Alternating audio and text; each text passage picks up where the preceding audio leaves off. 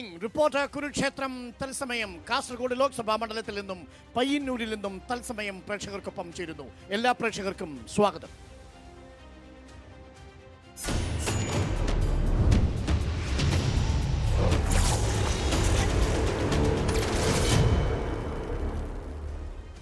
ഇന്ന് സൂര്യഗ്രഹണമായിരുന്നു.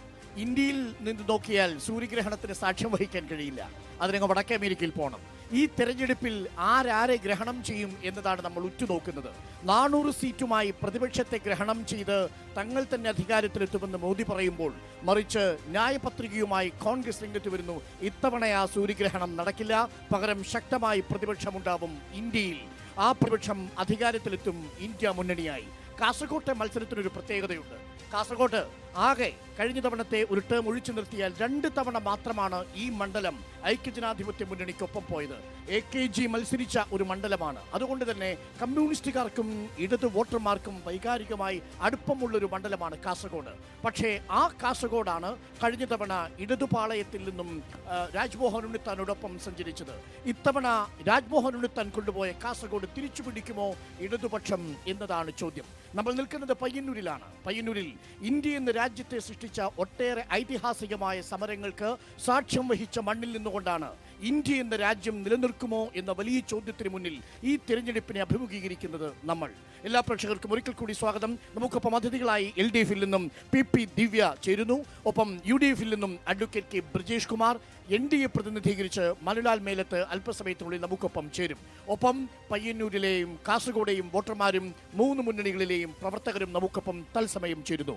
ആദ്യം PP ദിവ്യയിലേക്ക്. PP ദിവ്യ, ഈ കാസർഗോഡ് മണ്ഡലത്തിന്റെ പ്രത്യേകത ഞാൻ നേരത്തെ സൂചിപ്പിച്ചതുപോലെ നിങ്ങൾ ഇടതുമുന്നണി പ്രവർത്തകർക്ക് വൈകാരികമായി ബന്ധമുള്ളൊരു മണ്ഡലമാണ്. പക്ഷേ എന്നിട്ടും രാജ്മോഹൻ ഉണ്ണിത്താനോടൊപ്പം അത് മറിഞ്ഞു. രാജ്മോഹൻ ഉണ്ണിത്താൻ ഈ മണ്ഡലത്തിൽ സജീവ സാന്നിധ്യമായി ഇക്കുറിയും ആ മണ്ഡലം വിട്ടുകൊടുക്കില്ല എന്നാണ് രാജ്മോഹൻ ഉണ്ണിത്താനും UDF-ഉം പറയുന്നത്. എങ്ങനെയാണ് രാജ്മോഹൻ ഉണ്ണിത്താനിൽ നിന്ന് ഈ സീറ്റ് നിങ്ങൾ പിടിച്ചെടുക്കുക? ഇത് കഴിഞ്ഞ പാർലമെന്റ് തെരഞ്ഞെടുപ്പിൽ രാജ്മോഹൻ ഉണ്ണിത്താന്റെ മഹാത്മ്യം കൊണ്ടല്ല ഈ മണ്ഡലം നമുക്ക് നഷ്ടമായത്. കഴിഞ്ഞ തെരഞ്ഞെടുപ്പിൽ നമുക്കറിയാം ന്യൂനപക്ഷങ്ങൾക്കാകെ ഉണ്ടായിട്ടൊരു ഭയം. കാരണം ഈ രാജ്യത്ത് BJP-യുടെ ഒരു ഗവൺമെന്റ് വരരുത്, അത് ആഗ്രഹിച്ച ഭൂരിപക്ഷം വരുന്ന ജനങ്ങൾ കാസർഗോഡുണ്ട്. ആ ഒരു ട്രെൻഡിൽ മാത്രം ഒരുപക്ഷെ നമുക്ക് നഷ്ടമായതാണ്, അല്ലാതെ രാജ്മോഹൻ ഉണ്ണിത്താൻ്റെ ഒരു മഹാത്മ്യം കൊണ്ടല്ല. പക്ഷെ ഇപ്രാവശ്യം എന്താണ് രാജ്മോഹൻ ഉണ്ണിത്താൻ എന്നുള്ളത് കാസർഗോഡ് ജനങ്ങൾ മനസ്സിലാക്കി കഴിഞ്ഞു. ഈ രാജ്യത്തിന് വേണ്ടി ശബ്ദിക്കാൻ ഉണ്ണിച്ചയായി എന്നുള്ളത് ഉണ്ണിച്ചയുടെ ചുറ്റും നിൽക്കുന്ന ചിലർ പറയുന്ന കാര്യം മാത്രമാണ്. കാസർഗോഡുകാരെ സംബന്ധിച്ച്, കാസർഗോഡിലെ ജനങ്ങളെ സംബന്ധിച്ച് ഉണ്ണിച്ചയായിട്ട് നിൽക്കാൻ വേണ്ടിയിട്ടല്ല കാസർഗോഡ് ജനങ്ങൾ അദ്ദേഹത്തെ തെരഞ്ഞെടുത്തത്. MP-യായി ഈ നാടിന്റെ ആവശ്യങ്ങൾ ഉന്നയിച്ചുകൊണ്ട് ഇന്ത്യൻ പാർലമെന്റിനകത്തും ഈ നാട്ടിലെ പ്രശ്നങ്ങൾ ഉയർത്തിപ്പിടിച്ചുകൊണ്ട്, ഈ നാടിന്റെ വികസന പ്രശ്നങ്ങൾ ഉയർത്തിപ്പിടിച്ചുകൊണ്ട് ആ ആവശ്യങ്ങൾ നിറവേറ്റാൻ സാധിക്കുന്ന നല്ല തൻ്റെ ഇടമുള്ള, നല്ല നട്ടലുള്ള ഒരു ജനപ്രതിനിധിയാണ് ജനങ്ങൾ ആഗ്രഹിച്ചത്. പക്ഷെ കേവലം ഉണ്ണിച്ചയായിട്ട് മാറി എന്നുള്ളത് ഞങ്ങളെ സംബന്ധിച്ച് അതൊരു ദൗർഭാഗ്യകരമായിട്ടുള്ള ഒന്നായിട്ടാണ് കാസർഗോഡ് ജനങ്ങൾ. ബ്രിജേഷ് കുമാർ, നോക്കൂ, രാജ്മോഹൻ ഉണ്ണിത്താനെ തിരഞ്ഞെടുത്ത് ഇടതുപാളയത്തിൽ നിന്ന് സീറ്റ് സ്വന്തമാക്കുമ്പോൾ അത് നിലനിർത്താൻ രാജ്മോഹൻ ഉണ്ണിത്താൻ എന്തൊക്കെ ചെയ്തു എന്ന ചോദ്യവും പ്രസക്തമാണ്. നിങ്ങൾ മുന്നിലേക്ക് വെച്ചിരിക്കുന്ന പ്രകടന പത്രികയടക്കം ഒട്ടേറെ വിഷയങ്ങളുണ്ട്, നമുക്ക് ആ വിഷയങ്ങളിലേക്കൊക്കെ വരാം. പക്ഷേ ഇന്ന് നമ്മൾ പ്രധാനമായും ചർച്ച ചെയ്യുമ്പോൾ ഈ കാസർഗോഡ് മണ്ഡലത്തിൽ നിന്ന് വോട്ടർമാർ രാജ്മോഹൻ ഉണ്ണിത്താനെ എന്തിനു വേണ്ടി പാർലമെന്റിലേക്ക് അയക്കണമെന്നൊരു ചോദ്യമുണ്ട്. നേരത്തെ PP ദിവ്യ പറഞ്ഞത് തുടർച്ചയായി പറഞ്ഞാൽ ഉണ്ണിച്ചയാവാൻ വേണ്ടിയല്ലല്ലോ രാജ്മോഹൻ ഉണ്ണിത്താനെ തെരഞ്ഞെടുത്തത്, ഈ ഗർജിക്കുന്ന സിംഹമാകാനല്ലേ. അവിടെ അദ്ദേഹം വലിയ രീതിയിൽ സംസാരിച്ചിട്ടില്ല എന്നതാണ് നമുക്ക് കിട്ടുന്ന അറിവ്. PP ദിവ്യ പറഞ്ഞത് പ്രകാരം ഇവിടെ 3 പതിറ്റാണ്ടുകൾക്ക് ശേഷമാണ് UDF-ന്റെ ഒരു MP കാസർഗോഡിനെ പ്രതിനിധീകരിക്കുന്നത്. ഇതൊരു ഇടത് കോട്ടയാണ് എന്ന വകുപ്പും നമുക്കില്ല. അത്തരമൊരു സംസാരത്തിന് പ്രസക്തിയുമില്ല. 70-കളിൽ AKG പണ്ഡിറ്റ് ജവഹർലാൽ നെഹ്റുവിനെ വെല്ലുവിളിച്ച ഒരു സീറ്റാണിത്.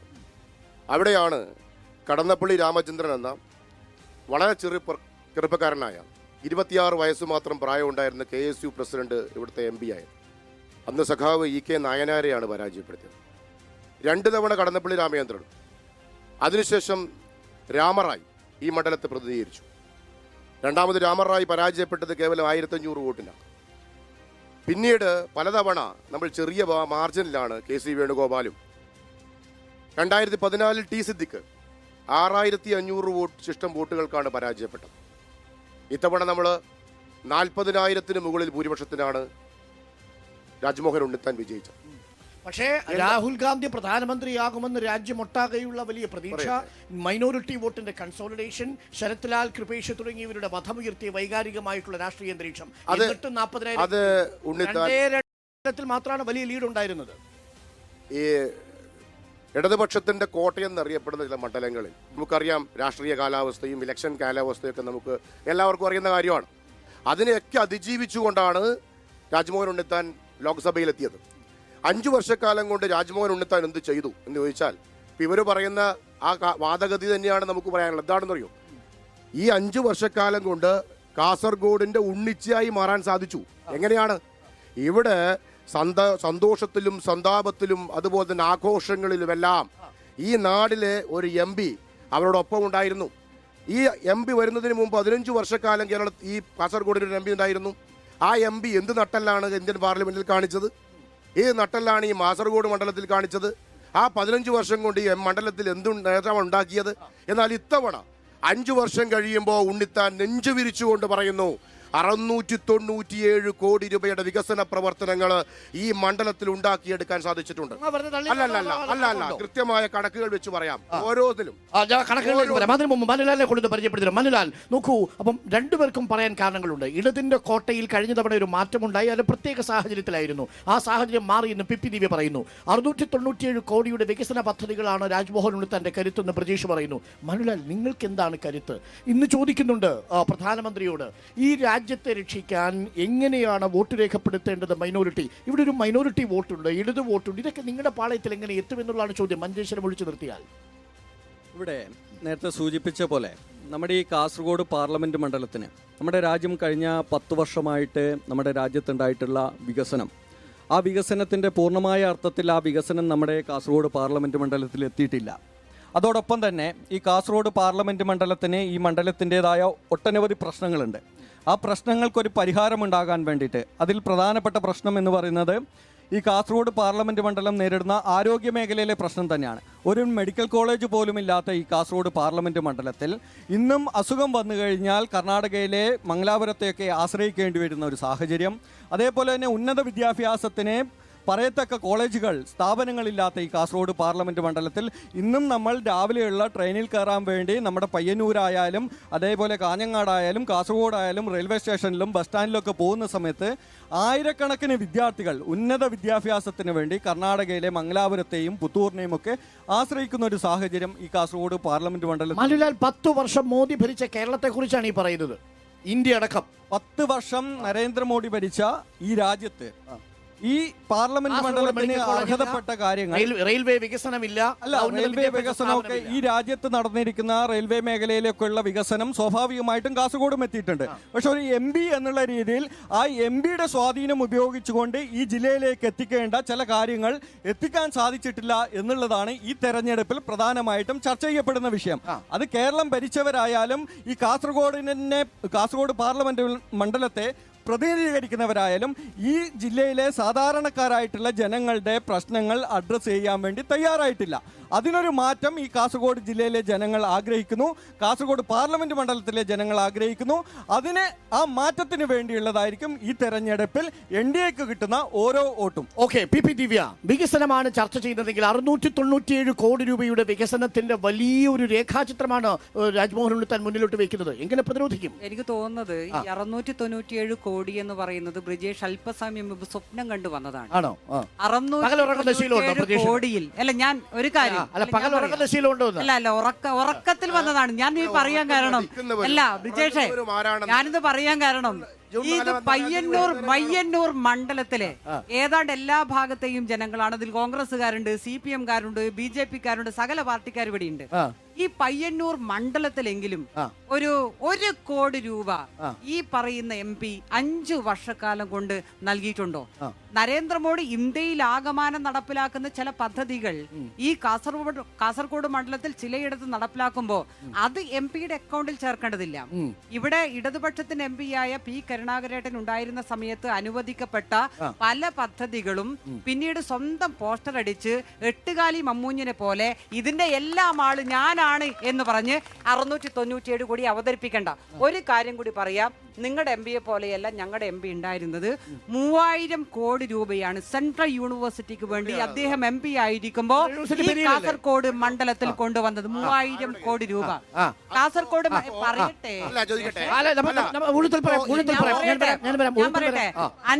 ഞാൻ പറയട്ടെ 55 അംഗനവാടികൾക്ക് വേണ്ടി പി കരുണാകരേട്ടൻ എം പി ആയിരുന്നപ്പോ വിവിധ പദ്ധതികൾക്ക് പണം നൽകിയിട്ടുണ്ട്. അതുകൂടാതെ സ്കൂളുകൾക്ക് ആവശ്യമായിട്ടുള്ള പണം ഞങ്ങൾ നൽകിയിട്ടുണ്ട്. റോഡുകൾ കേരളത്തിൽ തന്നെ ഏറ്റവും അധികം PMGSY റോഡുകൾ അനുവദിക്കപ്പെട്ട മണ്ഡലമെന്ന് കാസർഗോഡ് മണ്ഡലമായിരുന്നു. എല്ലാ മേഖലയിൽ 2 പാസ്പോർട്ട് ഓഫീസുകൾ ഈ കാസർഗോഡ് മണ്ഡലത്തിലുണ്ട്. കേന്ദ്രീയ വിദ്യാലയം 4 കേന്ദ്രീയ വിദ്യാലയങ്ങൾ ആരംഭിച്ചത് നമ്മുടെ എം പി ഉണ്ടായിരുന്നപ്പോഴാണ്. ഇതിലേതെങ്കിലും ഒന്ന് ഈ പറയുന്ന ഉണ്ണിച്ച ഇവിടെ കൊണ്ടുവന്നിട്ടുണ്ടെങ്കിൽ അത് മറുപടി ബ്രജേഷ്. 697 കണക്ക് ഇവിടെ പറയാം. ഇവിടെ PMGS പദ്ധതി പ്രകാരം 2019 to 24 117 കിലോമീറ്റർ 117 ദേശീയപാതയാണോ? അല്ല, PMGS പദ്ധതി പ്രധാനമന്ത്രി ഗ്രാമ സഡക് യോജന പദ്ധതി പ്രകാരം 117.13 കിലോമീറ്റർ റോഡ് 111 കോടി 43 ലക്ഷം രൂപക്കാണ് ഉണ്ടാക്കി. ഇന്ത്യയിൽ മുഴുവനുള്ള റോഡല്ലേ? ഇന്ത്യയിൽ മുഴുവനുള്ള അല്ലല്ല, കാസർഗോഡ് മണ്ഡലത്തിൽ മാത്രം. അല്ലല്ല, ഈ റോഡ് പ്രൈം മിനിസ്റ്റർ ഈ ഗ്രാമീണ സഡക് യോജന ഇന്ത്യ മുഴുവനുള്ള പദ്ധതിയല്ലേ? കാസർഗോഡ് കൊണ്ടുവന്നതാണ്. ഈ കാസർഗോഡ് കൊണ്ടുവരേണ്ട അത് കേരളത്തിലില്ലേ? പറയട്ടെ, അത് കേട്ടെ. അപ്പൊ ഈ പ്രൈം മിനിസ്റ്റർ ഗ്രാമീണ സഡക് യോജന കാസർഗോഡ് മണ്ഡലത്തിൽ മാത്രമേ കേരളത്തിലുള്ളൂ. ഒരു കാര്യം പറയാം. ഇവിടെ കഴിഞ്ഞ തവണ ഇപ്പൊ പറഞ്ഞല്ലോ സെൻട്രൽ യൂണിവേഴ്സിറ്റിയുടെ കാര്യം പറഞ്ഞല്ലോ. സെൻട്രൽ യൂണിവേഴ്സിറ്റി ഡോക്ടർ മൻമോഹൻ സിംഗിന്റെ കാലഘട്ടത്തിൽ കൊണ്ടുവന്നതാണ്. അങ്ങനെയാണെങ്കിൽ പി കരുണാകരനാണോ കൊണ്ടുവന്നത്, മൻമോഹൻ സിംഗ് ആണോ കൊണ്ടുവന്നത്? ആരാണ് കൊണ്ടുവന്നത്? ഡോക്ടർ മൻമോഹൻ സിംഗിന്റെ കാലഘട്ടത്തിലാണ്. ഇവിടെ ഇപ്പോ പയ്യന്നൂരിൽ തന്നെ ഏറ്റവും വലിയ പദ്ധതി എന്ന് പറയുന്നത് നമ്മുടെ ഇവിടുത്തെ സിവിൽ സപ്ലൈയുടെ ഭാഗമായിട്ടുള്ള എന്താണ് FCI ഗോഡൌൺ ആണ്. ആ FCI ഗോഡൌൺ ആരാ കൊണ്ടുവന്നത്? UPA ഗവൺമെന്റിന്റെ കാലഘട്ടത്തിലാണ്. ഇന്ത്യൻ നാഷണൽ കോൺഗ്രസിന്റെ കാലഘട്ടത്തില് ഓക്കിയൊന്നും ആളം വരുത്തണ്ട, അവിടെ നിൽക്കട്ടെ, ചരിത്രം പഠിക്കൂ. ഇന്ത്യൻ നാഷണൽ കോൺഗ്രസ് ഇന്ത്യ ഭരിക്കുന്ന കാലഘട്ടത്തിലാണ്. ഞാൻ പറയട്ടെ, ഏഴിമല നാവിക അക്കാദമി അതും പി കരുണാകരൻ കൊണ്ടെന്നാണോ? ഏഴിമല നാവിക അക്കാദമി ആരായിരുന്നു അന്ന്? ഇന്ത്യയില് രാജീവ് ഗാന്ധിയും ഇന്ദിരാഗാന്ധിയുടെ കാലഘട്ടത്തിലാണ് കൊണ്ടുവന്നത്. ഇന്ദിരാഗാന്ധിയുടെ കാലഘട്ടത്തില് കേരളം ഭരിക്കുന്നത് കെ കരുണാകരനാ. അവർ ആ സമയത്താണ് കേരളത്തിനകത്ത് ഏഴിമല അക്കാദമി അടക്കമുള്ള കാര്യങ്ങൾ കൊണ്ടത്. അയ്യന്നൂരിന്റെ പറയട്ടെ ൂക്കിയിട്ട് ആളെ റെയിൽവേ മാൽപ്പാലങ്ങള് ഇപ്പോ കാസർഗോഡ് ജില്ലയിലെ കാസർഗോഡ് ജില്ലയിലെ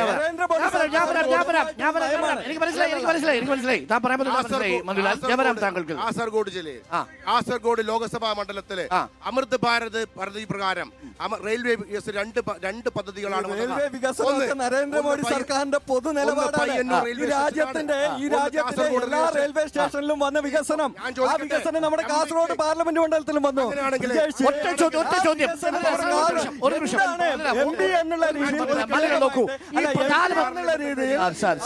സ്വാധീനം ചെലുത്തിക്കൊണ്ട് ഈ ജില്ലയിലേക്ക്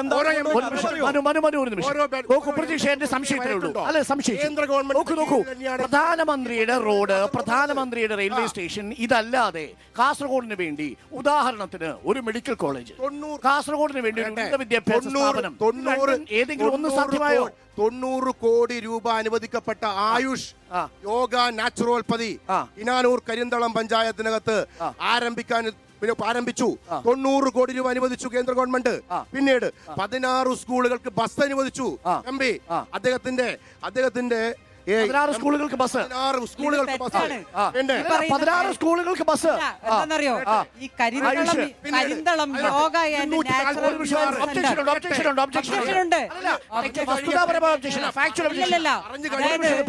അതായത് ഈ സെന്ററുമായിട്ട് ഉണ്ണിത്താൻ യാതൊരു ബന്ധവുമില്ല.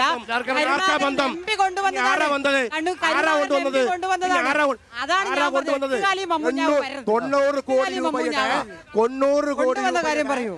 പദ്ധതി 2019 ശേഷമാണോ? എല്ലാം. ആ പദ്ധതി 2019 ശേഷമാണ്. 2019 ശേഷം. ആ ഓക്കെ, അങ്ങനെയാണെങ്കിൽ അത് രാജ്മോഹൻ അക്കൗണ്ടിലാണ് സാർ. അന്ന് തറക്കല്ലിട്ടതാരാ? ഒരു മിനിറ്റ്, ഒറ്റ കാര്യം. ഈ പദ്ധതിയുടെ തറക്കല്ലിട്ടതാരാ? തറക്കല്ലിടുമ്പോ MP ആരായിരുന്നു എന്ന് ബ്രിജേഷ് പറയൂ. തറക്കല്ലിട്ടതാരാന്ന് പറയൂ.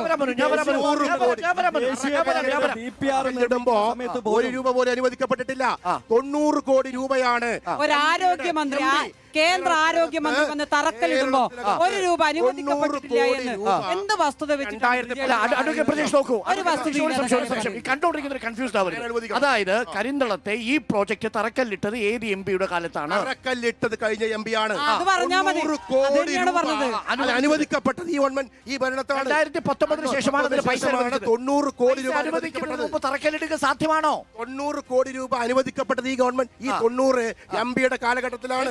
246 സ്റ്റേഷനുകളില് ഹൈമാസ് മിനിമാസ് ലൈറ്റുകൾ കൊണ്ടുവന്നു.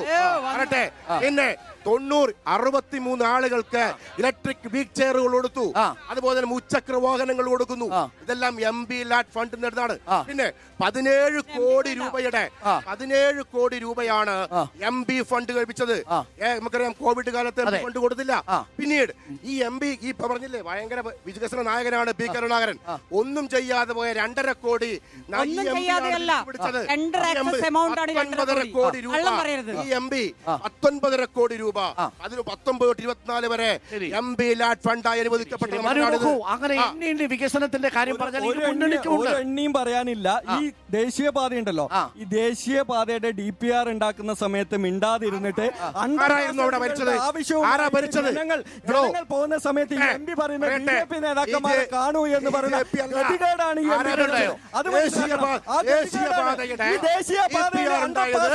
ആവശ്യമുള്ള സ്ഥലങ്ങളിൽ അനുവദിച്ചു കൊടുക്കാൻ, അത് പറയാൻ, അത് ഉന്നയിക്കാൻ സാധിക്കാത്ത ആ ആവശ്യവുമായിട്ട് ജനങ്ങൾ പോകുന്ന സമയത്ത് നിങ്ങൾ BJP-യുടെ ജില്ലാ കാണോ പറ്റില്ല എന്ന് വളരെ നിസ്സഹായനായി പറയുന്ന സാഹചര്യം ഉണ്ടായിട്ടുള്ളത്. നിങ്ങൾ പറഞ്ഞല്ലോ വെളിച്ച വിപ്ലവം. ഈ കാസർഗോഡ് പാർലമെന്റ് മണ്ഡലത്തിൽ ആകെയുള്ള വികസനം എന്ന് പറയുന്നത് ഈ വെളിച്ച വിപ്ലവം മാത്രമാണ്. ഈ വെളിച്ച വിപ്ലവം എന്ന് പറഞ്ഞു കഴിഞ്ഞാൽ അദ്ദേഹത്തിന്റെ ഫോട്ടോ വെച്ചുകൊണ്ടുള്ള ഐമാസ് ലൈറ്റുകൾ മാത്രമാണ്. നിങ്ങൾ ഈ പറഞ്ഞ അമൃത ഭാരതം പദ്ധതിയുടെ ഭാഗമായിട്ട് റെയിൽവേ സ്റ്റേഷൻ വികസനം, ഈ രാജ്യത്തെ മൊത്തം റെയിൽവേ സ്റ്റേഷനുകൾ ഉണ്ടാക്കിയ വികസനമാണ്. പ്രതിപക്ഷ MP-മാരുടെയും ഉണ്ടായിട്ടുള്ള വികസനത്തിന്റെ ഭാഗം മാത്രമാണ്. ഇടവേളയ്ക്ക് ശേഷം മറ്റു വോട്ടർമാരിലേക്കും എനിക്ക് പോകണം. അവരുടെ പ്രതികരണങ്ങൾ കൂടി ഒന്ന് എടുത്തിട്ട് വരും വളരെ പെട്ടെന്ന്. എന്തായാലും ഹൈമാസ്ക് ലൈറ്റിന്റെ കാര്യത്തിൽ മാത്രം ഇപ്പോൾ BJP-ക്ക് അതിനകത്ത് എതിർപ്പില്ല. എനിക്ക് പരിശോധിക്കുന്നു തത്സമയം റിപ്പോർട്ടർ കുരുക്ഷേത്രം കാസർഗോഡ് ലോക്സഭാ മണ്ഡലത്തിൽ നിന്നും നമ്മൾ ഇപ്പോൾ പയ്യന്നൂരിൽ നിന്നാണ് തത്സമയം പ്രേക്ഷകർക്കൊപ്പം ചേരുന്നത്. എന്താണ് സാധ്യത മണ്ഡലത്തിലെ? കാസർഗോഡ് പാർലമെന്റ് മണ്ഡലത്തിനകത്ത് ഇത്തവണ ഇടതുപക്ഷ ജനാധിപത്യ മുന്നണിയുടെ സ്ഥാനാർത്ഥി ഒരു ഘട്ടത്തിൽ T. ഗോവിന്ദേട്ടൻ ഈ പയ്യന്നൂരിന്റെ ഭാഗമായി പാർലമെന്റ് തെരഞ്ഞെടുപ്പിൽ മത്സരിച്ച ആളാണ്. അന്ന് അദ്ദേഹം നേടിയിട്ടുള്ള 1 ലക്ഷത്തിലധികം വോട്ടിന് ഇത്തവണ MV ബാലകൃഷ്ണ മാസ്റ്റർ വിജയിക്കുമെന്നുള്ള കാര്യത്തിൽ ഒരു തർക്കവുമില്ല. എന്താ അങ്ങനെ പറയാൻ കാര്യം? ഒന്ന്, നമ്മുടെ ഇടതുപക്ഷ ജനാധിപത്യ മുന്നണി എന്നുള്ള നിലയിലേക്ക് ഈ മണ്ഡലത്തിലെ പരമാവധി വോട്ടർമാരെ കാണുന്നതിന് വേണ്ടിയിട്ടുള്ള പ്രവർത്തനമാണ് ഇപ്പോ നാട്ടിലാകെ നടന്നുകൊണ്ടിരിക്കുന്നത്. ബാലകൃഷ്ണ മാഷ് നേരിട്ട് തന്നെ പരമാവധി ജനങ്ങളെ കണ്ട് വോട്ടഭ്യർത്ഥിച്ച് ഒരു അനുകൂല തരംഗം ഒരുപക്ഷെ 5 വർഷം ജനങ്ങളുടെ കൂടെ ആയിരുന്നു രാജ്മോഹൻ ഉണ്ണിത്താൻ. കഴിഞ്ഞ തവണ നമ്മളൊരു ഇവിടെ ഒരു ചർച്ച നടന്നപ്പോൾ പറഞ്ഞിട്ടുണ്ടായിരുന്നു, രാജ്മോഹൻ ഉണ്ണിത്താൻ എന്ന് പറയുന്ന MP പാർലമെന്റിനകത്ത് എന്ത് സംഭാവന നൽകി എന്നതാണ് കാസർഗോഡ് പാർലമെന്റിനകത്തെ വോട്ടർമാർ എന്നുള്ള നിലയിൽ നമ്മുടെ ചോദ്യം. ആ ചോദ്യത്തിന് ഈ സമയം വരെയും ഉത്തരം നൽകുന്നതിന് വേണ്ടി ബ്രിജേഷിന് സാധിച്ചിട്ടില്ല. നമ്മുടെ തൊട്ടടുത്ത അതിന് കൃത്യമായി മറുപടി പറയാൻ വേണ്ടി പറ്റിയില്ല. ആകെ പറഞ്ഞത് 90 കോടിന്റെ വികസനം മാത്രമാണ് പറഞ്ഞത്. ഈ 600 ചില്ലറ കോടി എവിടെ ഈ പാർലമെന്റ് മണ്ഡലത്തിനകത്ത് സംഭാവന ചെയ്തു എന്ന് പറയുന്നതിന് വേണ്ടി ഈ പറയുന്ന ഉണ്ണിത്താന്റെ പ്രതിനിധിയായി വന്നിട്ടുള്ള ബ്രിജേഷിന് സാധിച്ചിട്ടില്ല. ഇവിടെ തൊട്ടടുത്ത പഞ്ചായത്തിൽ ഇപ്പൊ റിപ്പോർട്ടർ ചാനൽ തന്നെ അവിടെ ഈ വലിയ പറമ്പ് പഞ്ചായത്ത് എന്ന് പറയുന്ന പഞ്ചായത്തിൽ നിങ്ങളെല്ലാം പോയി കണ്ടതാണ്. ആ പഞ്ചായത്തിലെ ചെറുപ്പക്കാരെല്ലാം ചേർന്ന് കഴിഞ്ഞ ദിവസം ഒരു മത്സരം നടത്തി. 10 ദിവസം മുമ്പാണ് ആ മത്സരം നടക്കുന്നത്. ആ മത്സരത്തിൽ ആ പഞ്ചായത്തിൽ ഒരു കുറ്റിപ്പൻസലെങ്കും സംഭാവന ചെയ്യുന്നതിന് വേണ്ടി രാജ്മോഹൻ ഉണ്ണിത്താൻ പാർലമെന്റ് പ്രതിനിധി എന്നുള്ള നിലയിൽ MP എന്നുള്ള നിലയിൽ ആ പഞ്ചായത്തിൽ എന്തെങ്കിലും ഒരു സംഭാവന നൽകിയിട്ടുണ്ടെങ്കിൽ അതിന്റെ ഫോട്ടോ എടുത്ത് അയച്ചു കൊടുത്തു കഴിഞ്ഞാൽ ഒരു ഫുൾ കുഴിമന്തി ചെറുപ്പക്കാർ സംഭാവന ചെയ്യും എന്ന് പരസ്യമായി പറഞ്ഞിട്ടുണ്ട്. ഈ 10 ദിവസം കഴിയപ്പോഴും ഒരു ഫോട്ടോയും കുഴിമന്തിയുടെ മത്സരം കൂടിയുണ്ട് ഇവിടെ. പറഞ്ഞോ, എന്താ സാധ്യത? തീർച്ചയായും ഈ തെരഞ്ഞെടുപ്പിൽ ഇടതുപക്ഷ മുന്നണി സ്ഥാനാർത്ഥി വമ്പിച്ച ഭൂരിപക്ഷത്തോടെ വിജയിക്കും. എന്തുകൊണ്ട്? ഇവിടെ ഇപ്പൊ നേരത്തെ സൂചിപ്പിച്ചതുപോലെ കഴിഞ്ഞ ഇപ്പോഴുള്ള സിറ്റിംഗ് MP ഈ കാസർഗോഡ് മണ്ഡലത്തിൽ ചെയ്തത് നേരത്തെ സൂചിപ്പിച്ചതുപോലെ ഹൈമാസ്റ്റ് ലാമ്പ് അല്ലാതെ കണ്ട് അതിവിടെ തദ്ദേശ സ്വയംഭരണ സ്ഥാപനങ്ങൾ ചെയ്യും. അത് മാത്രം വർഷമായി കേരളം ഭരിക്കുന്നത് പിണറായി വിജയനല്ലേ? അതെ. ആ പിണറായി വിജയൻ കാസർഗോഡ് ചെയ്യാത്തത് 17 കോടിയായിട്ട് എങ്ങനെയാണ് ഒരു MP ചെയ്യുന്നത് സാർ? കാസർഗോഡ് MPക്കില്ലേ ഫണ്ട്? ആ MP കാസർഗോഡ് മണ്ഡലത്തിൽ ചെയ്യണ്ടേ? നിങ്ങൾക്ക് MLA ഇല്ലേ? MLA ചെയ്യുന്നുണ്ടല്ലോ. MLA ചെയ്ത വികസനങ്ങൾ എണ്ണി ഞങ്ങൾ പറയാലോ. MLA ചെയ്യുന്ന വികസനങ്ങൾ ഇവിടെ ഇടതുപക്ഷ മുന്നണി കേരളത്തിൽ ഭരിക്കാൻ തുടങ്ങി 7 വർഷം എന്തൊക്കെ വികസനങ്ങൾ നടത്തിയിട്ടുണ്ടെന്ന് വികസനം വന്ന് സപ്ലൈകോയിൽ സാധനങ്ങൾ വയ്ക്കാൻ പറ്റാത്ത അവസ്ഥയിലേക്ക് എത്തി. ആ സപ്ലൈകോയിൽ അടക്കം സാധനങ്ങൾ വന്നുകൊണ്ടിരിക്കുകയാണ്. എന്തുകൊണ്ട് സപ്ലൈകോയിൽ സാധനങ്ങൾ കുറഞ്ഞു എന്നുള്ളതിന്റെ കാരണം കൂടി അന്വേഷിക്കണം. എന്തുകൊണ്ടാണ്? ആരാണ് കേന്ദ്രം ഭരിക്കുന്നത്? BJP. എന്താണ് കേരളത്തിൽ തരേണ്ട ഫണ്ട് മാത്രം വെട്ടിക്കുറക്കുന്നു. മറ്റ് സംസ്ഥാനങ്ങളിലേക്ക് നമുക്ക് തരേണ്ട ഫണ്ടുകൾ വെട്ടിക്കുറക്കുന്നതിന് വേണ്ടി കേരളത്തെ മാത്രം എന്ത് വ്യത്യസ്തമായി കാണുന്നു? കേരളത്തോട് എന്തുകൊണ്ട് അവഗണന കാണിക്കുന്നു? കേരളം ഇടതുപക്ഷമായതുകൊണ്ട് ഇടതുപക്ഷം ഇവിടെ നന്നായി ഭരിക്കുന്നുണ്ട്. വികസനത്തിന്റെ കുതിപ്പിലാണ് ഇടതുപക്ഷം. അതുകൊണ്ട് ഇടതുപക്ഷത്തെ ഇല്ലായ്മ ചെയ്യുന്നതിന് വേണ്ടി കേരളത്തോട് അവഗണന കാണിക്കുന്നു. ആ അവഗണനയാണ് കേരളത്തിന്റെ വികസനം. ഈ MPക്കും അവഗണനയുണ്ട്. അത് ശരി. അപ്പൊ MPക്കും അവഗണനയുണ്ടെന്നാണ്. എന്താ നിലപാട്? പറഞ്ഞോ. ഇവിടെ LDFന്റെ പ്രതിനിധി സൂചിപ്പിച്ചത് ഈ വരുന്ന തെരഞ്ഞെടുപ്പിൽ എന്തുകൊണ്ട് ബഹുമാനപ്പെട്ട LDFന്റെ സ്ഥാനാർത്ഥി ജയിക്കും എന്ന് ചോദിച്ചപ്പോൾ അദ്ദേഹം പറഞ്ഞത് ഇത്തവണ ജനങ്ങളെ കാണാനുള്ള വലിയ പ്രവർത്തനം അദ്ദേഹം നടത്തുന്നുണ്ട് എന്നുള്ളതാണ്. അപ്പൊ എന്താ 5 വർഷം പുറകെ നടന്ന തെരഞ്ഞെടുപ്പിൽ സതീഷ് ചന്ദ്രൻ മത്സരിക്കുമ്പോൾ ജനങ്ങളെ ഇവർ കണ്ടിട്ടില്ലേ? അന്ന് നമ്മൾ 40,000 വോട്ടിന്റെ ഭൂരിപക്ഷത്തിൽ MP രാജ്മോഹൻ ഉണ്ണിത്താൻ MP ഇവിടെ ജയിച്ചിട്ടുണ്ടെങ്കിൽ അതിനുശേഷം വന്നിട്ടുള്ള 5 വർഷം അദ്ദേഹം ഈ മണ്ഡലത്തിനകത്ത് നടത്തിയ പ്രവർത്തനങ്ങൾ ഇവിടെ LDFന്റെ പ്രതിനിധി ദിവ്യേച്ചിയുണ്ട്. ദിവ്യേച്ചോട് ഒരു ചോദ്യം. ഇവിടെ പയ്യന്നൂരിന്റെ ചുറ്റുവളവിൽ 10 കിലോമീറ്റർ പയ്യന്നൂർ നിയോജക മണ്ഡലത്തിലും P. കരുണാകരൻ MP ആയിരുന്നപ്പോൾ ചെയ്ത 5 പദ്ധതികൾ നിങ്ങൾ പറയുകയാണെങ്കിൽ ഞാനിവിടെ 15 പദ്ധതികൾ രാജ്മോഹൻ ഉണ്ണിത്താൻ MP ആയതിനു ശേഷം ഈ പയ്യന്നൂർ മണ്ഡലത്തിലും അതുപോലെ 10 കിലോമീറ്റർ ചുറ്റളവിൽ നടത്തിയത് പറയാൻ തയ്യാറാണ്. ആ രീതിയിൽ വലിയ രീതിയിലുള്ള വികസനം നടത്തിക്കൊണ്ട് വികസന നായകനായി രാജ്മോഹൻ ഉണ്ണിത്താൻ MP ആത്മവിശ്വാസത്തിൽ തന്നെയാണ് ഞങ്ങൾ പറയുന്നത്. 1 ലക്ഷം ഭൂരിപക്ഷത്തിന്റെ മുൻവിജയത്തിൽ രാജ്മോഹൻ ഉണ്ണിത്താൻ MP ഈ കാസർഗോഡ് പാർലമെന്റിൽ നിന്നും പാർലമെന്റ് അംഗമായി കടന്നു പോകും. പക്ഷെ ചോദ്യം, ആ പാർലമെന്റ് അംഗം കഴിഞ്ഞ 5 വർഷം പാർലമെന്റിൽ എന്ത് ചെയ്തു എന്നത് ചോദ്യമാണ്. അപ്പൊ ഈ കോടിക്കണക്കിന് രൂപ ചെലവഴിച്ചത് അവിടെ നിൽക്കട്ടെ, അത് ഒഴിച്ചു നിർത്തിയാൽ ഈ പാർലമെന്റ് മണ്ഡലത്തിലെ മുഴുവൻ ജനങ്ങളുടെ പ്രശ്നങ്ങളും, അതായത് ഏറ്റവും പ്രധാനപ്പെട്ടത് ഇവിടെ മലയോര പ്രദേശമുണ്ട്, അവിടുത്തെ വന്യജീവികളുടെ പ്രശ്നമുണ്ട്, പരിഹരിച്ചോ? അദ്ദേഹം പാർലമെന്റിൽ പരിഹരിക്കുന്നതിന് പരിഹരിക്കുന്നതിന് ഭേദഗതി വന്നോ? പാർലമെന്റ് അംഗത്തിന്റെ പ്രധാനപ്പെട്ട കടമ 1972 വന്യജീവി നിയമത്തിൽ ഭേദഗതി വന്നോ? കേരളത്തിന് വേണ്ടി ഈ MP മാർ ശബ്ദമുയർത്തിയോ? ആങ്കറോട് ഒരു കാര്യം പറയാനുള്ളത്, കേന്ദ്രം ഭരിക്കുന്നത് ഇപ്പോ UPA ഗവൺമെന്റ് അല്ല, ഇപ്പൊ BJP ഗവൺമെന്റ് ആണ് ഭരിക്കുന്നത്. അതുകൊണ്ട് തന്നെ പ്രതിപക്ഷത്തിന് സമരം ചെയ്തിട്ടുണ്ടല്ലോ. എത്ര തവണ സമരം ചെയ്തു? ചെറുപുഴയിൽ ഉൾപ്പെടെ രാജ്മോഹൻ ഉണ്ണിത്താൻ MPയുടെ നേതൃത്വത്തിൽ നിരാഹാര സമരം നടത്തിയിട്ടുണ്ട് ഇതേ വിഷയത്തിൽ. തെളിവാണെങ്കിൽ ഞാൻ ഇപ്പം കാണിക്കാലോ. ഡൽഹി നടത്തേണ്ട സമരം ചെറുപുഴ നടത്തിയിട്ട് എന്ത് കാര്യം? ഡൽഹിയിലല്ലേ ദില്ലി ചലോ. സമരം നടത്താൻ മാത്രമേ അദ്ദേഹത്തിന് സാധിച്ചിട്ടുള്ളൂ. അതുപോലെ തന്നെ അദ്ദേഹത്തിന് സമരം നടത്തിയതിന്റെ പേരിൽ സസ്പെൻഷൻ BJP ഗവൺമെന്റ് അച്ചടിച്ചു കൊടുത്ത സസ്പെൻഷൻ വാങ്ങി വന്നത് അഭിമാനത്തോടെ ഞങ്ങൾ. ആരാണ് ഈ മണ്ഡലത്തിൽ എന്താണ് പറഞ്ഞോളൂ. ഈ മണ്ഡലത്തിൽ കരുത്തുറ്റമായി ജനങ്ങൾക്കിടയിൽ 5 വർഷക്കാലം ജനങ്ങളുടെ സുഖത്തിലും ദുഃഖത്തിലും ജനങ്ങളുടെ എന്താവശ്യത്തിലും ഒരു ബ്രാഞ്ച് സെക്രട്ടറിയുടെ ലെറ്റർ പോലും ഇല്ലാതെ നേരിട്ട് ഫോൺ വിളിക്കാൻ പറ്റിയ ഒരു MP കാസർഗോഡ് ഉണ്ടെങ്കിൽ അത് രാജ്മോഹൻ ഉണ്ണിത്താനാണ്. അടുത്ത 5 വർഷക്കാലവും രാജ്മോഹൻ ഉണ്ണിത്താൻ ഈ കാസർഗോഡ് പാർലമെന്റിൽ ശക്തമായി നിലകൊള്ളുന്നു തന്നെ പറയാം. ജനങ്ങൾക്ക് വളരെ അവൈലബിൾ ആയിരുന്നു MP. NDAയുടെ സ്ഥാനാർത്ഥിയായിട്ട് മത്സരിക്കുന്ന അശ്വിനി ഈ പ്രാവശ്യം വൻ ഭൂരിപക്ഷത്തിൽ വിജയിക്കും എന്നാണ് എനിക്ക് മനസ്സിലാവുന്നത്. എന്തുകൊണ്ട്? കാരണം പറയാം. കാരണം ഇപ്പോ ഇടതുപക്ഷത്തിന്റെയും വലതുപക്ഷത്തിന്റെയും ഇടതുപക്ഷത്തിന്റെയും വലതുപക്ഷത്തിന്റെയും പ്രതിനിധികൾ ഇപ്പൊ പറഞ്ഞ അതിന് ഉദാഹരണം കാസർഗോഡ് മണ്ഡലത്തിൽ 3000 കോടി കൊണ്ടുവന്നു എന്ന് PP ദിവ്യ പറഞ്ഞു. 900 കോടിയിലധികം കാസർഗോഡ് കൊണ്ടുവന്നിട്ടുണ്ടെന്ന് ബ്രിജേഷ് കുമാർ പറഞ്ഞു. പിന്നെ എന്തിനാണ് ഇതിൽ കൂടുതൽ വികസനം? അവർ തന്നെ സാക്ഷ്യപ്പെടുത്തി. പിന്നെന്താ വേണ്ട? ഇതിൽ കൂടുതൽ വികസനം പിന്നെ അതാണ് പറയണം. മോദിയുടെ ഗ്യാരണ്ടി. എൻഡിഎ പിന്നെ പറയേണ്ട ആവശ്യമില്ല. എൻഡിഎ കൊണ്ടുവരുന്നതല്ല ഇവിടെ തന്നെ ഉള്ളത്. എവിടെയും കൊണ്ടുപോകുന്നില്ല, ഇവിടെ തന്നെ ഉണ്ട് എല്ലാം. 32 കോടി റെയിൽവേ വികസനം നടക്കുന്നു പയ്യന്നൂര്. ഇതാരെ എവിടുന്ന കൊണ്ടുവന്നത്? പക്ഷേ ചേച്ചി പറഞ്ഞത് കേന്ദ്രം നമുക്ക് കേരളത്തിന് പണം തരാത്തത് കൊണ്ട് നമ്മുടെ സിവിൽ സപ്ലൈസ് സാധനങ്ങൾ ഒഴിഞ്ഞു കിടക്കുന്നു എന്നാണ്. ഇത് പണമല്ലാതെ നെല്ല് തന്നിട്ട് നടക്കുന്ന വികസന അല്ല, പണമല്ലേ? ആ നെല്ലിന്റെ സംഭരണ തുക കൊടുത്തില്ല. കൊടുത്ത ആവശ്യത്തിന് ചെലവാക്കണം. അല്ല, നെല്ല് സംഭരണ കൂടി 750 കോടി കൊടുക്കാനുണ്ട്. 750 കോടി നമ്മൾ പണം കൊടുത്തു കഴിഞ്ഞാൽ, ഒരു ആവശ്യത്തിന് പണം കൊടുത്തു കഴിഞ്ഞാൽ ആ ആവശ്യത്തിന് ഉപയോഗിക്കണം. വകമാറ്റി ഉപയോഗിക്കുമ്പോൾ ഇങ്ങനെയുള്ള പ്രശ്നങ്ങൾ ഉണ്ടാവും. ഇപ്പൊ 1390 കോടി കൊടുത്തിരിക്കുന്നത് കടം മേടിക്കാനുള്ള അനുമതിയാണ്, അല്ലാതെ കിട്ടാനുള്ള പൈസയല്ല. അത് മനസ്സിലായില്ലേ? നമ്മൾ കടം വാങ്ങിക്കാനുള്ള പരിധി കൂട്ടണം എന്ന് പറഞ്ഞിട്ട് ആ കേസിന് പോയിട്ടില്ല. മനസ്സിലാക്കണം. ഇത്തവണ അശ്വിനി വരുമെന്നാണ്. വരും 100% ഉറപ്പാണ്. ഓക്കെ. എന്താ ചേട്ടാ ഇവിടുത്തെ ഒരു സാധ്യത മണ്ഡലത്തില്? ഈ തെരഞ്ഞെടുപ്പില് ഇടതുപക്ഷ ജനാധിപത്യ മുന്നണി വമ്പിച്ച ഭൂരിപക്ഷത്തോട് വിജയിക്കും.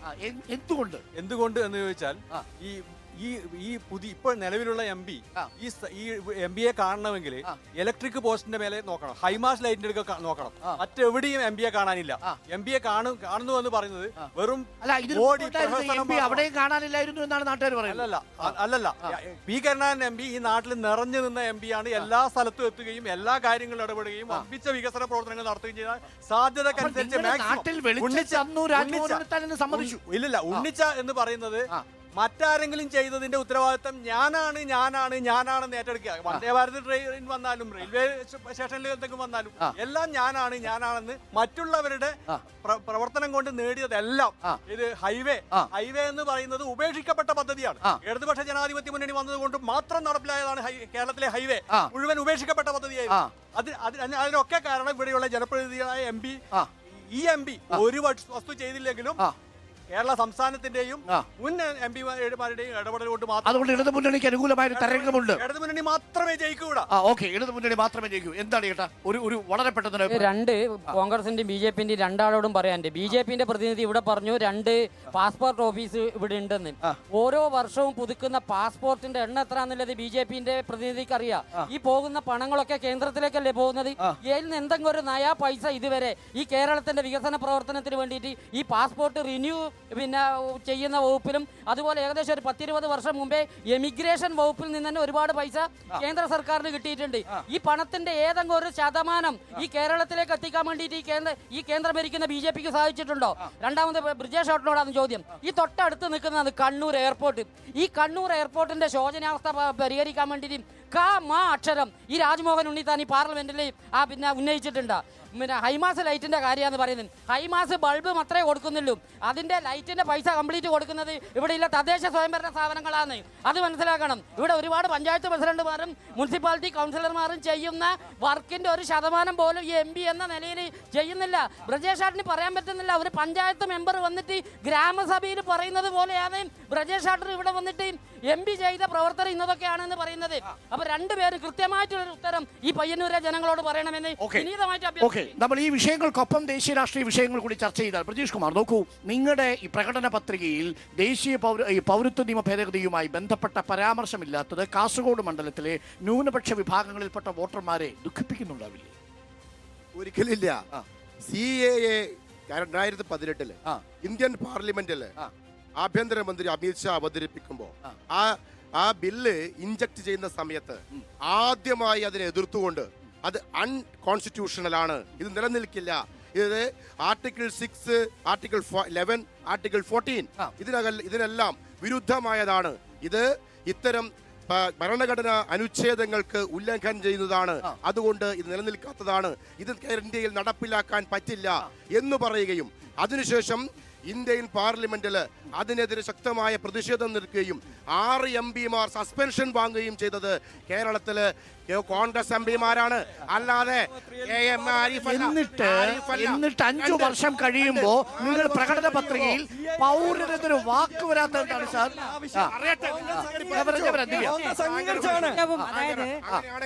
ആരും സംസാരിക്കാൻ പറ്റത്തില്ല. അല്ല, പറഞ്ഞോ അവസരത്തിൽ സംസാരിക്കാം. പറഞ്ഞോ. രണ്ടാമത് ഈ CAA വിഷയത്തിൽ ഇന്ത്യൻ പാർലമെന്റിൽ മാത്രമല്ല രാഹുൽ ഗാന്ധി നടത്തിയ ഭാരത് ജോഡോ ന്യായ് യാത്ര, ഭാരത് ജോഡോ ന്യായ് യാത്രയുടെ ആരംഭത്തിലും അവസാനത്തിലും 2 ഘട്ടത്തിലും ഇന്ത്യൻ ജനങ്ങൾ ഒരക്ഷരവും മിണ്ടിയില്ല രാഹുൽ ഗാന്ധി. കൊടുത്തത് CAA മല്ലികാർജുൻ ഖാർഗെ, നോക്കൂ പ്രജേഷ്, വസ്തുതാപരമായി പറയൂ. മല്ലികാർജുൻ ഖാർഗെ ഇന്നേ വരെ പറഞ്ഞിട്ടില്ല. ഖാർഗെ പറഞ്ഞത് ഇപ്പൊ മാധ്യമപ്രവർത്തകരുടെ ചോദ്യത്തിന് പറഞ്ഞില്ല. ഖാർഗെ പറഞ്ഞത് നമ്മൾ ഒന്നുകൂടി അത് സംസാരിച്ച് ഈ പാർട്ടിക്കകത്ത് സംസാരിച്ചതിന് ശേഷം തീരുമാനമെടുക്കാം എന്നാണ് പറഞ്ഞത്. അങ്ങനാണോ തീരുമാനമെടുക്കേണ്ടത്? സാർ, നിങ്ങൾ വോട്ടിലിട്ട് ഭേദഗതി തള്ളിയ CAA ഭരണഘടനാ വിരുദ്ധമാണെന്ന് നിങ്ങൾക്ക് ഉറപ്പുണ്ടായിരിക്കെ ശ്രീ ബ്രിജേഷ് നോക്കൂ, എന്റെ ചോദ്യം സ്ട്രെയിറ്റ് ആണ്. ഞങ്ങൾ ആ ചോദ്യം എടുക്കൂ. ആ ചോദ്യം ഇങ്ങനെയാണ്: നിങ്ങളുടെ പ്രകടന പത്രികയിൽ നിങ്ങൾ തന്നെ 5 വർഷങ്ങൾക്ക് മുമ്പ് വോട്ടിനിട്ട് നിരാകരിക്കാൻ ശ്രമിച്ച പൗരത്വ നിയമ ഭേദഗതി എന്നൊരു വാക്ക് പോട്ടെ, പൗരത്വം എന്നൊരു വാക്ക് പോട്ടെ, CAA എന്ന് 3 അക്ഷരം എന്തുകൊണ്ടില്ലാതെ പോയി? അത് പറയേണ്ട കാര്യമില്ല. കാരണം ഇന്ത്യയിലെ ഇന്ത്യൻ നാഷണൽ കോൺഗ്രസ് വിഭാവനം ചെയ്യുന്ന ഇന്ത്യ മുന്നണിയിലെ ഒരു പാർട്ടിയും CAA അംഗീകരിക്കുന്നില്ല. CAAക്കെതിരായിട്ടാണ് ഈ തിരഞ്ഞെടുപ്പിൽ വോട്ട് ചെയ്യേണ്ടത് എന്ന് ഇന്ത്യ മുന്നണിയിലെ 28 കക്ഷികളും ഇന്ത്യൻ ജനങ്ങളോട് ആവശ്യപ്പെട്ടാണ്. ആ സമയത്ത് കോൺഗ്രസ് പറയാത്തത് എന്താ? ഞങ്ങൾ പറയുന്നത് ഈ 5 വർഷം ഇന്ത്യ മുന്നണി, ഇന്ത്യൻ നാഷണൽ കോൺഗ്രസ് അധികാരത്തിൽ, ഇന്ത്യ മുന്നണി നേതൃത്വത്തിൽ അധികാരത്തിൽ വന്നാൽ ഞങ്ങൾ കൊടുക്കുന്നത് മോദി ഗ്യാരണ്ടിയെ പോലെ വെറും വാക്കല്ല. 5 വർഷം മുമ്പും 10 വർഷം മുമ്പും മോദി ഗ്യാരണ്ടി കൊടുത്തു. ഇന്ത്യയിൽ 2 കോടി ജനങ്ങൾക്ക് തൊഴിലില്ലായ്മ.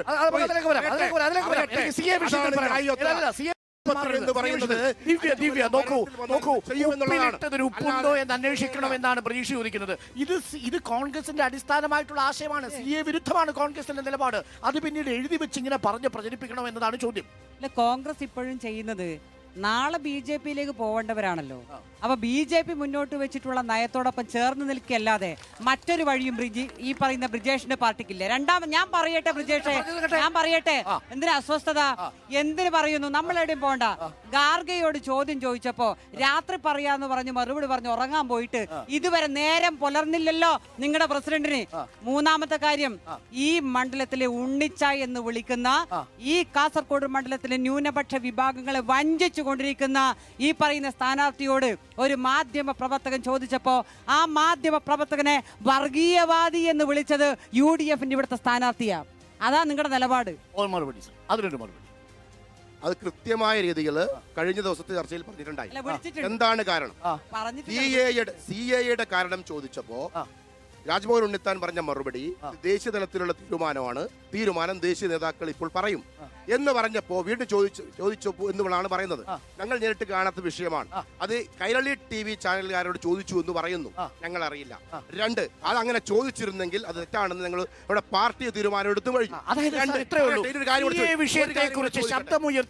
വർഗീയവാദിയാണെന്ന നിലപാടുള്ള MP-ക്ക് എങ്ങനെയാണ് പാർലമെന്റിൽ പോയി ന്യൂനപക്ഷങ്ങൾക്ക് അനുകൂലമായി സംസാരിക്കാൻ കഴിയുക? സാർ, കേരളത്തിലെ ഇന്ത്യയിലെ കാസർഗോഡ് ജില്ലയിലെ മുസ്ലിം മതന്യൂനപക്ഷങ്ങൾക്ക് ഏറ്റവും വിശ്വാസമുള്ള നേതാവ് ഇന്ന് രാജ്മോഹൻ ഉണ്ണിത്താനാണെന്ന് നേരത്തെ പറഞ്ഞല്ലോ നട്ടലുണ്ടെന്ന്. ആ നട്ടലില്ലാത്തത് കൊണ്ടാണ് അതിന് മറുപടി പറയാൻ വേണ്ടി രാജ്മോഹൻ ഉണ്ണിത്താൻ പറ്റാത്തത്. നട്ടലില്ല, മറുപടി പറയണം.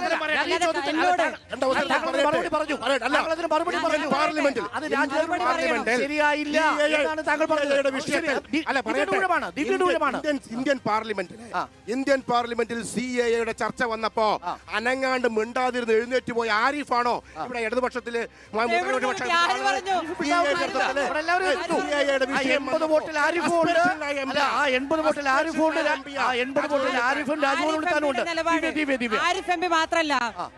എം പി മാത്രല്ല ബ്രിജേഷ് മനസ്സിലാക്കേണ്ടത്,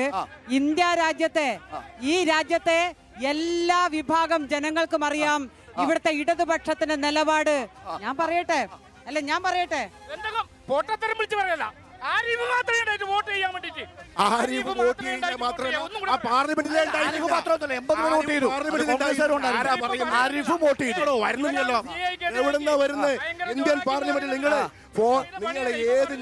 ഇന്ത്യൻ പാർലമെന്റിലൊക്കെ എവിടെയും കേന്ദ്ര ഗവൺമെന്റ് പാസാക്കിയ സംസ്ഥാന ഗവൺമെന്റിന് നടപ്പിലാക്കാൻ പറ്റുമെന്ന്. ശരി ശരി ശരി. അല്ല ചേട്ടാ ഒരു നിമിഷം നമുക്കതിനകത്തൊരു ക്ലാരിറ്റി വരുത്താം. ഒറ്റ കാര്യമേ ഉള്ളൂ, ആരിഫും അതിൽ വോട്ട് ചെയ്തു, രാജ്മോഹൻ ഉണ്ണിത്താനും ഭേദഗതിക്കെതിരെ വോട്ട് ചെയ്തു. അതായത് CAA വിഷയത്തിൽ ആരിഫ് ബോയ്ക്കോട്ട് ചെയ്തിട്ടില്ല, രാജ്മോഹൻ ഉണ്ണിത്താനും ബോയ്ക്കോട്ട് ചെയ്തിട്ടില്ല. അതാണ് വസ്തുത. പക്ഷേ നമ്മുടെ ചോദ്യം അതായിരുന്നില്ല. ആ കാര്യം MP ഓർമ്മിപ്പിക്കുമ്പോൾ MP അവരെ തീവ്രവാദി എന്നും വർഗീയവാദി എന്നും വിളിക്കുന്നത് ശരിയല്ല എന്ന് അങ്ങ് തന്നെ സമ്മതിച്ചു. ശരിയല്ലേ? ശരി ദിവ്യ, എന്റെ ചോദ്യം ഇതാണ്. നിങ്ങളിതിങ്ങനെ നാഴികയ്ക്ക് 40 വട്ടം ഈ കോൺഗ്രസ്സുകാർ CAA കുറിച്ച് എന്ത് പറയുന്നു. അപ്പോൾ നിങ്ങളുടെ ലക്ഷ്യം യഥാർത്ഥത്തിൽ CAA അല്ല, പകരം കോൺഗ്രസിനെ ന്യൂനപക്ഷത്തിന്റെ മുന്നിൽ ഇകഴ്ത്തി കാണിക്കണം. അവരുടെ വോട്ട് ബാങ്കിലേക്ക് നിങ്ങൾ കുറുക്കിനെ പോലെ കണ്ണും നട്ടിരിക്കുകയാണ്. മുസ്ലിങ്ങളുടെ വോട്ട് പിടിക്കണം, ഒരു വേറൊന്നുമില്ല. എങ്ങനെയെങ്കിലും 4 വോട്ട് മുസ്ലിംസിന് വാങ്ങുക. ഞാൻ പറയട്ടെ ഒരു കാര്യം അതായത് ദിവ്യ പറയും. ഞാൻ പറയട്ടെ അതായത് ഞങ്ങൾക്കാർക്കും അസഹിഷ്ണുതയില്ല. ഈ അസഹിഷ്ണുതയുടെ കാര്യം എന്താണ്?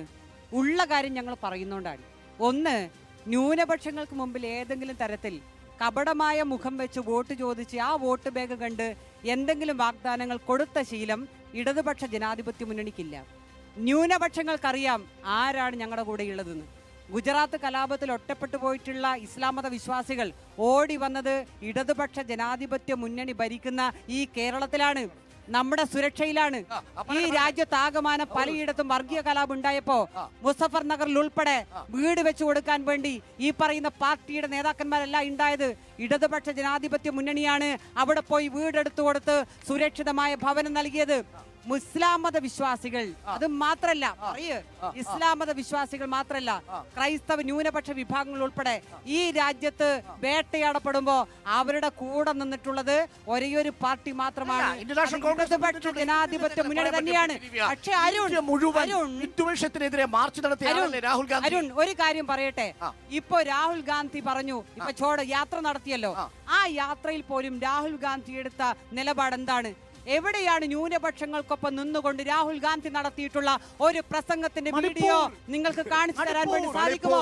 എവിടെ ന്യൂനപക്ഷമാണ്, എവിടെ ന്യൂനപക്ഷങ്ങൾക്കൊപ്പം നിൽക്കുക എന്നുള്ളത് നിങ്ങളുടെ നിലപാട് എന്ന് പറയുന്നത് വഞ്ചിക്കലാണ്. CPIയുടെ അഖിലേന്ത്യാ സെക്രട്ടറി D രാജ ഉൾപ്പെടെ രാഹുൽ ഗാന്ധിയുടെ പദയാത്രയിൽ പോയി. CPMന്റെ നേതാവ് ലക്ഷക്കണക്കിന് ആളുകൾ രാഹുൽ ഗാന്ധി വന്നപ്പോ ലീഗിന്റെ പതാക എന്തിന് രാഹുൽ ഗാന്ധി വന്നപ്പോ ലീഗിന്റെ പതാക പോലും പിടിക്കുവാൻ വേണ്ടി അനുവദിച്ചോ? എന്റെ പച്ച കൊടി കണ്ട അത് പാകിസ്ഥാന്റെ കൊടിയാണ് എന്ന് രാഹുൽ ഗാന്ധി പറഞ്ഞല്ലോ. നാണം വേണം പറയുമ്പോ. എന്നിട്ടാണ് ന്യൂനപക്ഷ സംരക്ഷണം എന്ന് പറഞ്ഞിട്ട് പോണ്ടിച്ചേരിയിൽ ആരുടെ പതാകയാ CPM പിടിക്കുന്നത്? ആരുടെ പതാകയാ പിടിക്കുന്നത്? രാഹുൽ ഗാന്ധിയുടെ ഫോട്ടോ വെച്ചിട്ട് വോട്ട് പിടിക്കുന്നത്. ടെണ്ടികൾ സ്ഥാനാർത്ഥി ലോകസഭയിലേക്ക്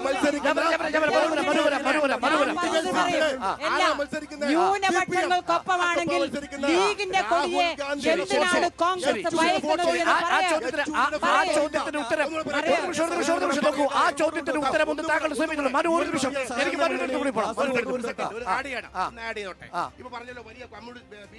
പറഞ്ഞല്ലോ, ഇവിടുത്തെ കർണാടകയില് കഴിഞ്ഞ ദിവസം ഹസനിൽ വോട്ട് അഭ്യർത്ഥിക്കാൻ പോയതാരാ? കൃഷ്ണൻകുട്ടി. പിണറായി വിജയന്റെ മന്ത്രിസഭയിലെ മന്ത്രിയാ. ആർക്ക് വേണ്ടിയാ? BJPക്ക് വേണ്ടി.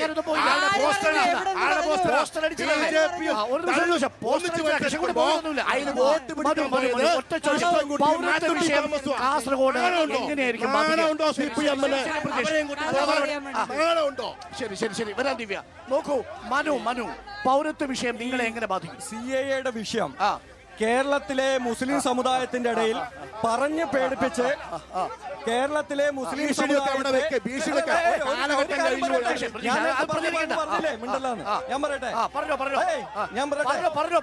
ഈ കേരളത്തിലെ മുസ്ലിം സമുദായത്തെ പറഞ്ഞു പേടിപ്പിച്ച് അവരുടെ മനസ്സ് അരക്ഷിതമാക്കിയതിനു ശേഷം അവരെ തങ്ങളുടെ ഒപ്പം നിർത്തുക എന്ന നിലപാടാണ് ഈ രണ്ട് മുന്നണികളും കേരളത്തിൽ സ്വീകരിക്കുന്നത്. അവർക്കറിയാം CAA എന്ന് പറയുന്ന വിഷയത്തിൽ BJP മുമ്പോട്ട് വെച്ചിരിക്കുന്നത് അത് സത്യമാണ്, യാഥാർത്ഥ്യമാണ്. അതിലൊന്നും പറയാനില്ലാത്തതുകൊണ്ടാണ് കോൺഗ്രസ് നിലപാട്. കോൺഗ്രസിന് അങ്ങനെ പൂജാരിമാരുടെ സർട്ടിഫിക്കറ്റ് വേണം. കൂടി അവർ പറയണമായിരുന്നു ഞങ്ങൾ ഭരണത്തിൽ വന്ന CAA എടുത്തു മാറ്റുമെന്ന്. അവർക്ക് അതിന് സാധിച്ചിട്ടില്ല. ഒരു കാര്യം മനു, ലളിതമായ ഒരു ചോദ്യം, സ്ട്രെയിറ്റ് ആയിട്ടൊരു ചോദ്യം സർ, ഒറ്റ ചോദ്യം സർ. അതായത് ഇപ്പോൾ ഒരു നമ്മൾ കയറി വന്നിരിക്കുന്ന മൈഗ്രൻസ് ഉണ്ടല്ലോ, കുടിയേറ്റക്കാര്, അവരുടെ മതം ഏതാണെന്ന് സ്ഥാപിക്കാൻ അവർക്ക് സർട്ടിഫൈ ചെയ്യേണ്ടത് ആരാണ്? ഒരു ഹിന്ദുമത വിശ്വാസം. ഒരു നിമിഷം, കുടിയേറ്റക്കാരിൽ ഒരാൾ ഹിന്ദുമത വിശ്വാസിയാണെങ്കിൽ ഹിന്ദുമത വിശ്വാസിയാണെന്ന് ആര് സാക്ഷ്യപ്പെടുത്തുക? കേരളത്തിലെ 2 മുന്നണികൾ പ്രചരിപ്പിക്കുന്നത് ഈ നാട്ടിൽ ജനിച്ച ഈ നാടിന്റെ എന്റെ ചോദ്യമല്ല, എന്റെ ചോദ്യത്തിന് മറുപടി പറയൂ. എന്റെ ചോദ്യത്തിന് ഉത്തരം പറയൂ. 2 മുന്നണികൾ പ്രചരണമാണ് നിൽക്കട്ടെ. താങ്കൾ ജനങ്ങളോട് പറയൂ. നോക്കൂ, നോക്കൂ, നോക്കൂ, നിങ്ങൾ പറയുന്ന ഞാൻ വേറൊരു കാര്യം പറയട്ടെ. അഭയാർത്ഥികളായി വന്നവർക്ക് മനസ്സിലായി, അഭയാർത്ഥികളായി വന്നവരെ അവരുടെ മതം ആര് സർട്ടിഫൈ ചെയ്യും? ആ മതം സർട്ടിഫൈ ചെയ്യും? ഒരാൾ ഹിന്ദുവാണെന്ന് ആര് മതം സർട്ടിഫൈ ചെയ്യും? ഹിന്ദുവാണെന്ന് ആര് സർട്ടിഫൈ ചെയ്യും? പ്ലീസ്, എന്റെ ചോദ്യത്തിന് ഉത്തരം. ഹിന്ദുവാണെന്ന് ആര് സർട്ടിഫൈ ചെയ്യും? ഹിന്ദുവാണെന്ന് ആര് സർട്ടിഫൈ ചെയ്യും? താങ്കൾ ഉത്തരം പറയില്ല. താങ്കൾ ഉത്തരം പറയില്ല. താങ്കൾ ഉത്തരം പറയില്ല. RSSകാർ സർട്ടിഫൈ ചെയ്തിട്ട് പൗരത്വം തീരുമാനിക്കേണ്ട അവസ്ഥ. നോ സർ, താങ്കൾ മറുപടി പറയില്ല. മനു മനു മനു മനു മനു ചോദ്യം കേൾക്കൂ. മനു ചോദ്യം കേൾക്കൂ. മനു ചോദ്യം കേൾക്കൂ. എങ്കിൽ പറയൂ, മറുപടി പറയൂ. ആരാണ് മതം സാക്ഷ്യപ്പെടുത്തേണ്ടത്? ആരാണ് മതം സാക്ഷ്യപ്പെടുത്തേണ്ടത്?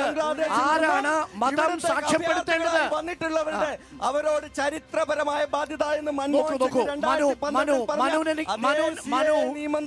എന്റെ ചോദ്യത്തിന് ഉത്തരമില്ല. എങ്കിൽ പറയൂ, ആരാണ് ഹിന്ദു മതത്തിലാണ് എന്ന് സാക്ഷ്യപ്പെടുത്തേണ്ടത്? ഞാൻ ഒരു കാര്യം പറയട്ടെ. അത് പറയൂ. ഞാൻ അതാണ് പറയുന്നത്. പറയൂ. ഞാൻ പറയുന്നത് എന്തുകൊണ്ടാണ് അങ്ങ് കേൾക്കില്ല? അതായത് പാകിസ്ഥാനിൽ നിന്നും ബംഗ്ലാദേശിൽ നിന്നും അവിടുന്ന് പീഡനം സഹിക്കവയ്യാതെ വരുന്ന അവിടുത്തെ ന്യൂനപക്ഷങ്ങൾ, അവരോടുള്ള ചരിത്രപരമായ ബാധ്യതയാണ് ഈ CAA നിയമം. ആയിക്കോട്ടെ, ആര് സാക്ഷ്യപ്പെടുത്തും മതം? അവരെ അവിടെ പീഡിപ്പിക്കപ്പെടുന്നത് തന്നെയാണ് അവരുടെ മതം എന്ന് പറയുന്നത്.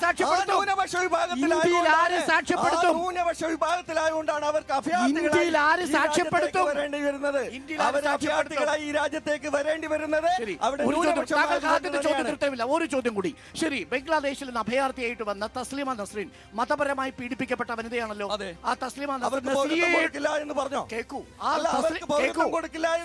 CAA പ്രകാരം കിട്ടുമോ? ഒരു കാര്യം പറയട്ടെ. ഉത്തരം പറയൂ. തീർച്ചയായും കിട്ടും. കിട്ടില്ല. അവർക്ക് പൗരത്വം കൊടുക്കില്ല എന്ന് ഈ സർക്കാർ പറഞ്ഞിട്ടില്ല. CAA പ്രകാരം തസ്ലീമ അഭയാർത്ഥികളായിട്ടുള്ളവർക്ക് ഈ നാട്ടിൽ പൗരത്വം ശരി, മ്യാൻമാറിലെയോ ശ്രീലങ്കയിലെയോ മ്യാൻമാറിലെയോ ഈ നിയമം പരിരക്ഷ കൊടുക്കുന്നത്? മ്യാൻമാർ പരിരക്ഷ കൊടുക്കും. മ്യാൻമാർ എല്ലാ രാജ്യത്തെയും അഭയാർത്ഥികളായി മ്യാൻമാർ, ശ്രീലങ്ക, ഭൂട്ടാൻ, നേപ്പാൾ, അതിലൊരു സംശയവുമില്ല. അഭയാർത്ഥികളായി വരുന്നവരെ നോക്കൂ.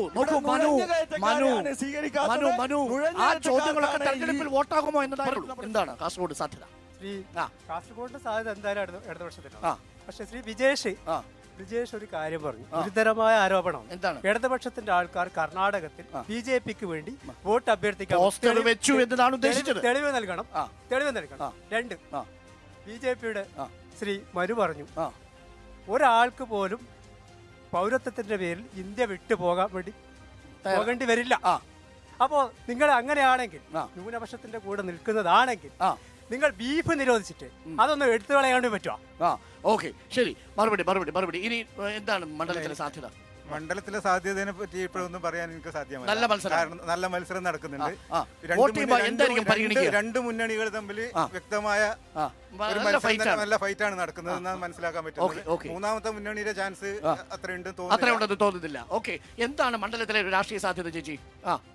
രാഷ്ട്രീയ സാധ്യത പറഞ്ഞാൽ LDF തീർച്ചയായും. എന്തുകൊണ്ട് LDF ജയിക്കണം ഇക്കുറി? LDF ഇക്കൊല്ലം എന്ന് പറഞ്ഞാല് ദരിദ്രർക്കെല്ലാം വീട്, ലൈഫാണ് ഉദ്ദേശിച്ചത്.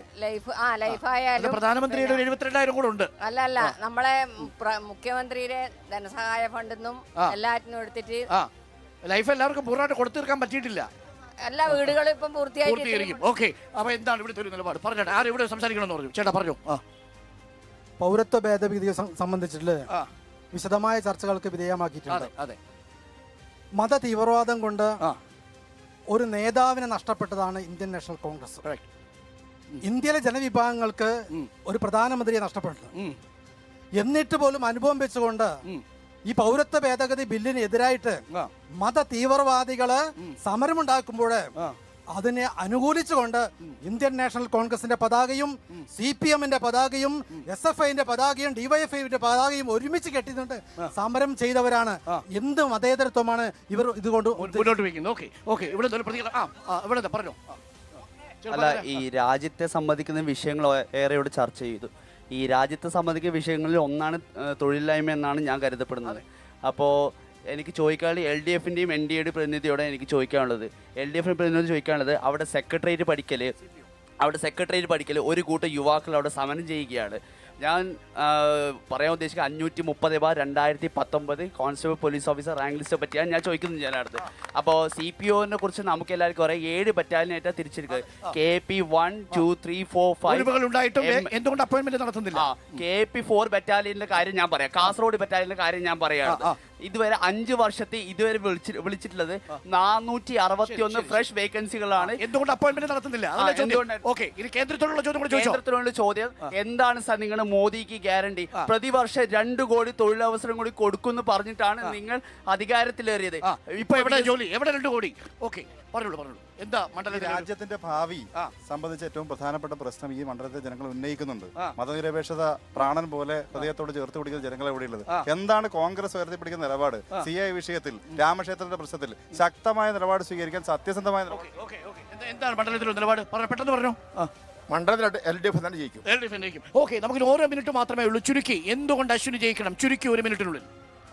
ഈ രാജ്യത്തെ 10 വർഷം കൊണ്ട് ഒട്ടനവധി പദ്ധതികൾ പ്രഖ്യാപിച്ചിട്ടുള്ള, ഉദാഹരണത്തിന് കിസാൻ സമ്മാൻ നിധി ആയാലും, മാതൃവന്ദൻ യോജനയായാലും, ഉജ്ജ്വൽ യോജനയായാലും, സൗഭാഗ്യ യോജനയായാലും, ഫസൽ ബീമ യോജനയായാലും, ഇങ്ങനെയുള്ള ഒട്ടനവധി ജനോപകാരപ്രദമായിട്ടുള്ള പദ്ധതികൾ പ്രഖ്യാപിച്ചിട്ടുള്ള, രാജ്യത്തിൻ്റെ അടിസ്ഥാന സൗകര്യ മേഖലയിൽ വിപ്ലവകരമായിട്ടുള്ള മാറ്റങ്ങൾ കൊണ്ടുവന്നിട്ടുള്ള, 2014 ഞങ്ങൾ അധികാരത്തിലേറുന്ന സമയത്ത് ഈ രാജ്യത്ത് 5 മെട്രോകളായിരുന്നു എങ്കിൽ ഇപ്പോൾ 20 മെട്രോകളായിട്ടുള്ള 2000 മെഡിക്കൽ കോളേജുകൾ 384 ആണെങ്കിൽ ഇപ്പോൾ 700 മെഡിക്കൽ കോളേജുകളായിട്ടുള്ള എയിംസ് 7 ആയിരുന്നെങ്കിൽ 22 എയിംസ് ആക്കിയിട്ടുള്ള NH നാഷണൽ ഹൈവേ 96,000 കിലോമീറ്റർ ഉള്ളത് 1.5 ലക്ഷം കിലോമീറ്റർ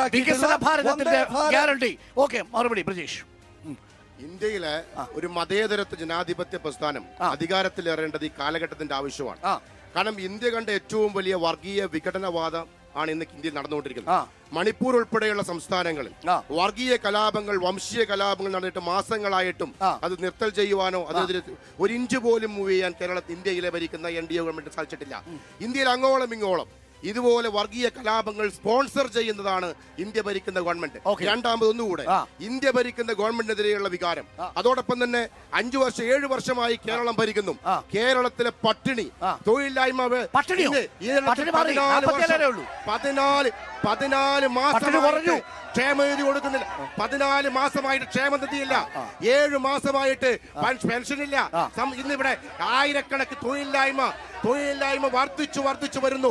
ഇന്ത്യയിലെ, കേരളത്തിലെ നെല്ല് സംഭരണം, കോപ്ര സംഭരണം ഉൾപ്പെടെ കാർഷിക മേഖലയിൽ, അതോടൊപ്പം തന്നെ സംരക്ഷണം. കേരളത്തിലെ വന്യജീവികളെ പേടിച്ചും രാഷ്ട്രീയ അക്രമങ്ങൾ പേടിച്ചും നിൽക്കാൻ കഴിയുന്നില്ല. ഇവിടെ നിരവധിയായ സ്ത്രീകള്, കുട്ടികൾ തട്ടിക്കൊണ്ടുപോകുന്നു, സ്ത്രീകൾ പീഡിപ്പിക്കപ്പെടുന്നു. ഇവിടെ റിയാസ് മൗലവി ഉൾപ്പെടെയുള്ള ആളുകള് കൊല്ലപ്പെട്ടപ്പോ ആ കൊല്ലപ്പെട്ട പ്രതിയെ രക്ഷിക്കാൻ BJPയുടെ RSSന്റെ 3 പ്രതികളെ രക്ഷിക്കാൻ